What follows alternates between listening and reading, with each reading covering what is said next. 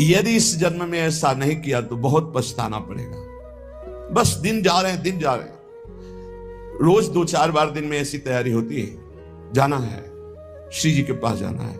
हमें प्रतिपल ऐसी तैयारी में रहना है जैसे किसी को विदेश जाना है, कभी मकान भी बेच देते हैं, खेती भी बेच देते हैं, अब तो यहां रहना नहीं, जाना है। ऐसे ही अभी क्या समर्पण में कमी रह गई? कुछ अपना तो नहीं रह गया है, कहीं किसी का कर्जा तो नहीं है, कुछ देना तो नहीं है, कुछ लेना तो नहीं है, बिल्कुल फाइन, रोज का रोज बराबर। पता नहीं कब चलना हो, इसलिए बिल्कुल तैयारी रखो। ना किसी से द्वेष, ना किसी से राग। इसी जन्म में ऐसी स्थिति बना ले, ना कोई अपना ना कोई पराया, निरंतर भजन तो जीवन मुक्त है। श्रीपाद कह रहे हैं, अब मैं अपना जीवन व्यर्थ करने वाला नहीं, इस विष्ठा पात्र शरीर को मैं मानने वाला नहीं। यही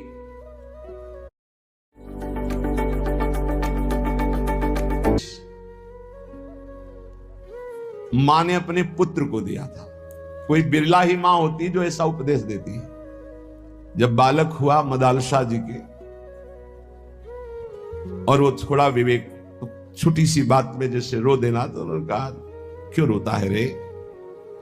शुद्धो सिरे तात नतेस्ति नामो, बहुत सुंदर, कृतम हिते कल्पनयाधुनैव पंचात्मकम देहमिदं न तेस्ति नैवाश्रुतम रोदसी कश्य हेतो। बेटा, धन्य है ऐसी मां जो अपने बेटे को ऐसा उपदेश करे। नहीं तो कितने ऐसे नौजवान भाई जो सत्संग सुनकर उत्साह में भरकर विषयों का त्याग करके घर गृहस्थी में ही रहकर भजन करना चाहते, पूरा परिवार उनका विरोध करने लगा। कैसा परिवार है? नरकगामी बनाने के लिए उत्साहित हो, और अपने बेटे को परम पद में, सबसे ऊंचे पद में बैठने के लिए जब वो तैयारी कर रहा है तो तुमसे गिरा रहे हो। तुम मां हो, पिता हो, सुहृद हो या दुश्मन हो। जाके प्रिय न राम वैदेही तजिए ताहे कोटि बैरी सम जद्यप परम स्नेही। कोई भी हो, भगवत मार्ग मत छोड़ना, बड़े भाग्य से प्राप्त होता है। ये सब माया के पार्षद हैं जो मना करते हैं कि भजन न करो, पाठ न करो, सेवा न करो। देखो, असत क्रियाओं को मना नहीं करते, गंदी क्रियाओं को मना नहीं करते, भगवत क्रियाओं को मना करते। और धन्य है माता मदालशा जिन्होंने कहा क्यों रोता है? तू शुद्धो सिरे तात नतेस्ति नाम। बेटा, तू शुद्ध आत्मा है, तेरा यह कोई नाम नहीं है, शरीर का नाम है।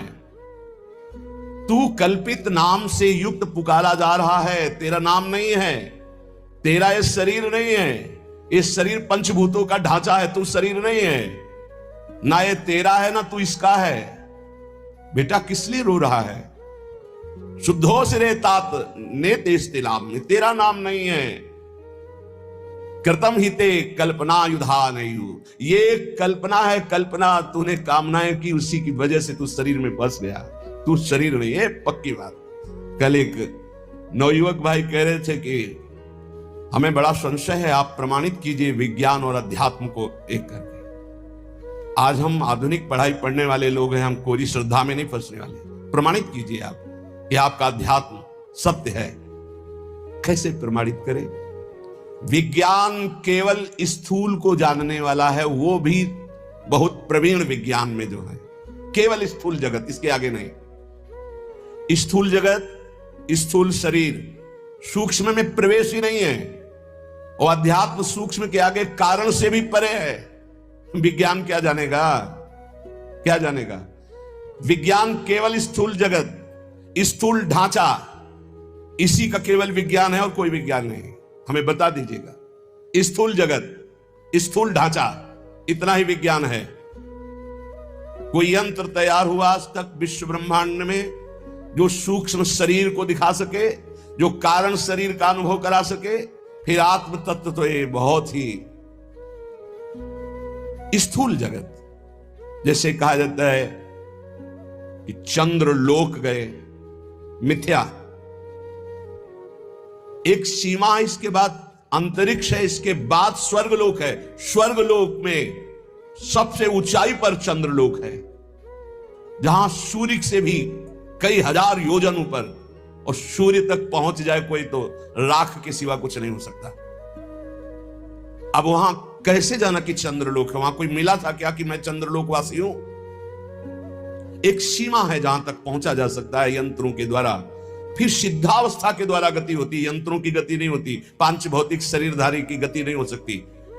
वहां सिद्धावस्था, सूक्ष्म शरीर, देव शरीर से प्रवेश होता है। एक सीमा है जिस सीमा में जाके आप बोल सकते हो चंद्रलोक, बोल सकते हो, कुछ भी बोल सकते हो, वो आपकी कल्पना है।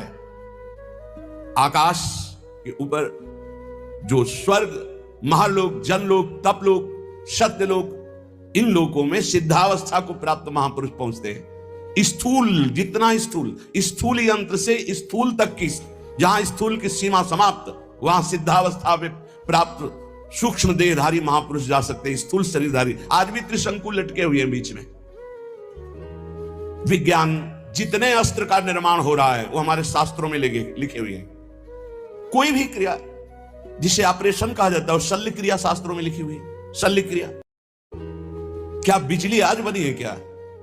ये विद्युत प्रवाह तो कब से चला रहा है? जहां आपस में जल का घर्षण होता तो आकाश से बिजली नहीं गिरती क्या?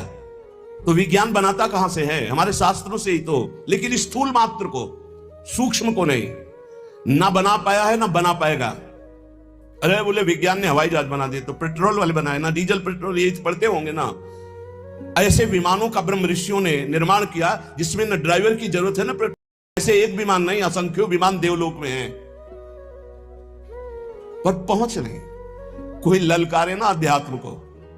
जहां से भौतिकवाद समाप्त होता है वहां से अध्यात्म प्रारंभ होता है। जहां विज्ञान हाथ खड़ा कर देता है वहां से प्रारंभ होता है अध्यात्म। अध्यात्म को कैसे? इसलिए पुत्र रो मत, तू शुद्ध आत्मा है।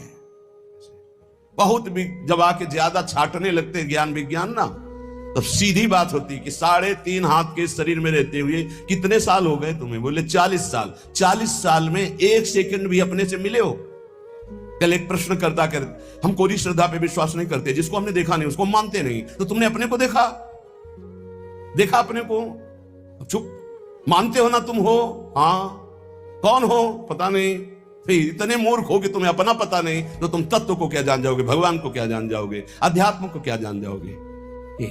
ये खिलवाड़ नहीं है। अध्यात्म को खिलवाड़ मत समझो। ये जो भगवत मार्ग के पथिक हैं इनको ऐसा मत समझो कि ये सांसारिक रहस्य को ना जानने वाले, ये क्रियाओं के कर्ता ना हो करके बैठ करके मांगते खाते पड़े रहते। नहीं, जहां तुम्हारी सोच नहीं वहां हर समय स्थिति रहती है। जो वास्तविक भगवान के मार्ग में चलते हैं, तुम समझते हो हम बहुत कार्य करने में प्रवीण हैं। 1 घंटा हम बता दें, एक बिंदु पर अपने मन को लगा के दिखाओ। 1 घंटा काम करके दिखाओ जो 24 घंटे किया जाता है। जो संत महात्मा 24 घंटे कार्य करते हैं, तुम 1 घंटा करके दिखाओ। क्या? सर्वस्व भूल करके, देह भाव को भी भूल कर, एकमात्र सच्चिदानंद में हाहाकार मचा देगा। मन हाहाकार मचा देगा। हाँ, इसे लगा सकते हो 1 घंटा टीवी चला के हाथ में माला लेके। 1 घंटा देह भाव का विस्मरण करके परमात्मा तत्व में स्थित होना मजाक समझा जाता है, अध्यात्म को अभी समझा नहीं। शुद्धोस रे तात न तेस्ते नाम। जो पहले भी था वही मध्य में था, वही अब है, वही रहेगा। उसका ना कोई नाम है, ना कोई रूप है, ना कोई भेष है। वो कौन है?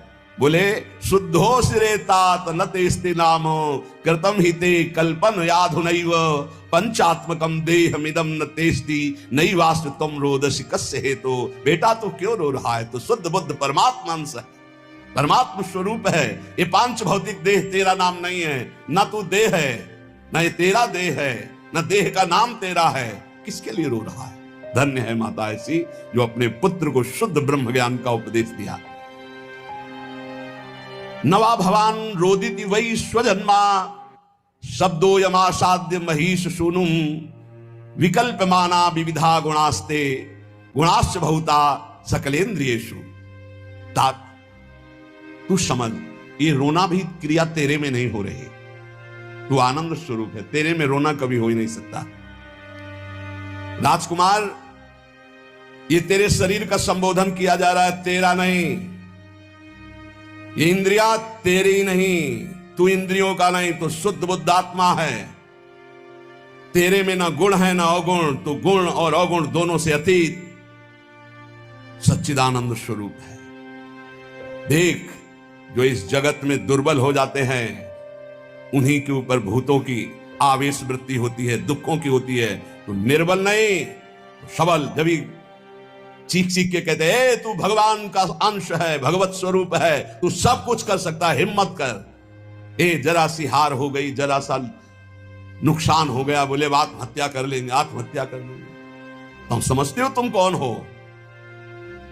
भगवान का स्वरूप हो, भगवत स्वरूप हो। बेटा, इस जगत में जो दुर्बल बन गया मारा गया, दुर्बल नहीं, कभी परास्त नहीं होना, हारने पर भी परास्त नहीं होना। मैं भगवत अंश हूं। कोटि जन्म लग रगर हमारी, बरौ संभनत रहो कुमारी। करोड़ जन्म तक मैं आराधना करूंगा और अपने इष्ट को प्राप्त करूंगा, मैं परास्त होने वालों में नहीं। ऐसा ये अन्न जल खान पान तेरा नहीं है, प्राणों का पोषण है। धन्य है मां, कैसा सुंदर वेदांत। पांच भौतिक शरीर की पुष्टि होती है इन अन्न जल और भोजन पदार्थों से, तेरी नहीं। तू शुद्ध आत्मा है, तुझे किसी भी पौष्टिकता की जरूरत नहीं। ना आत्मा की वृद्धि होती है ना क्षय होती है, वो एक रस होता है। तू अपने इस देह रूपी चोले को आज ही मरा हुआ मान ले, जीर्ण शीर्ण मान ले, मोह मत कर। शुभाशुभ कर्मों का परिणाम ये देह है, तू नहीं। बिल्कुल अमृतमय बात। भगवत तत्व में स्थित होना चाहता है तो गुरु शुश्रूषणम सत्यम अक्रोधो दानमेव च एतत् चतुष्टयम ब्रह्मन् शिष्टाचारेषु नित्यदा। जैसे शब्द सुने गए और वो हृदय में जाकर हमारी व्याकुलता पैदा कर दें। जैसे आज सुना कि तू देह नहीं, शुद्ध बुद्ध आत्म तत्व है, हर विकार इससे मिटाया जा सकता है। पर वो टिके कैसे? वो शब्द हमारे अंदर जाकर के टिके कैसे? तो कह रहे ये चार बातें जिनमें हैं, तो परमार्थ के शब्द अंदर गूंजने लगते हैं और उसका परिवर्तन कर देते हैं। सबसे पहले संत कृपा होती है, तभी वो शब्द हमको सुनने को मिलते हैं। कभी कभी ऐसा होता है कि पूर्ण भ्रष्ट आदमी के कान में भी जो भगवान के भजन में मगन संत जन है, उनकी जब बातें पड़ती तो जबरदस्ती उनका परिवर्तन कर देती है।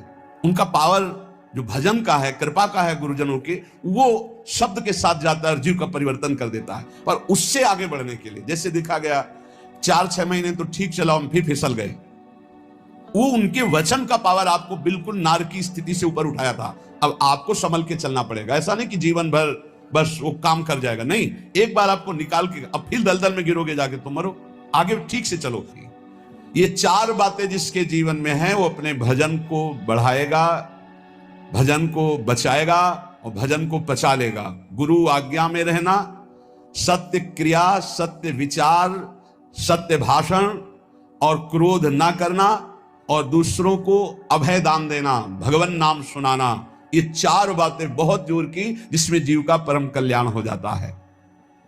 वेद का सार है सत्य, सत्य का सार है जितेंद्रियता, और जितेंद्रियता का सार है त्याग, वैराग्य, उपरति।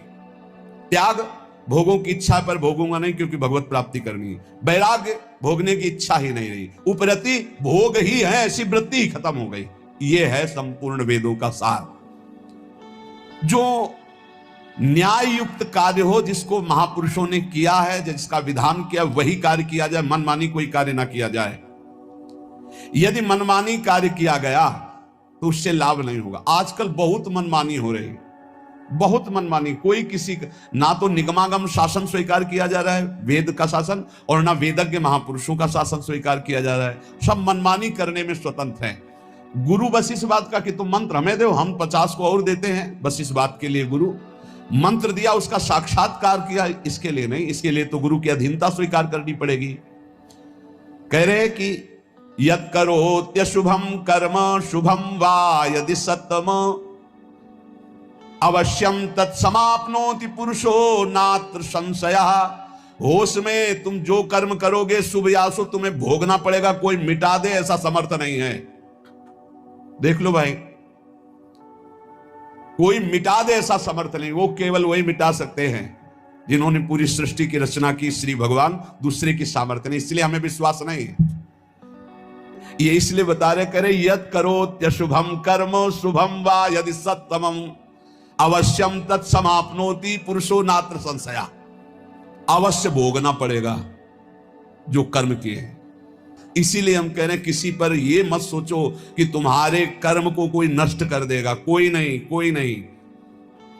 भगवान के पिता दशरथ जी का ये कर्म श्रवण कुमार का धोखे में बद हो जाना क्या नहीं मिटा सकते थे? उनके पिता ने साफ दिया, जैसे मैं पुत्र वियोग से मर रहा हूं ऐसे तू तड़प करके मरेगा। वैसा ही पूज्य महाराज दशरथ जी हा राम कह करके प्राण त्यागी। इसलिए बहुत होश में अगर गलत कर्म करोगे तो उसको भोगना पड़ेगा।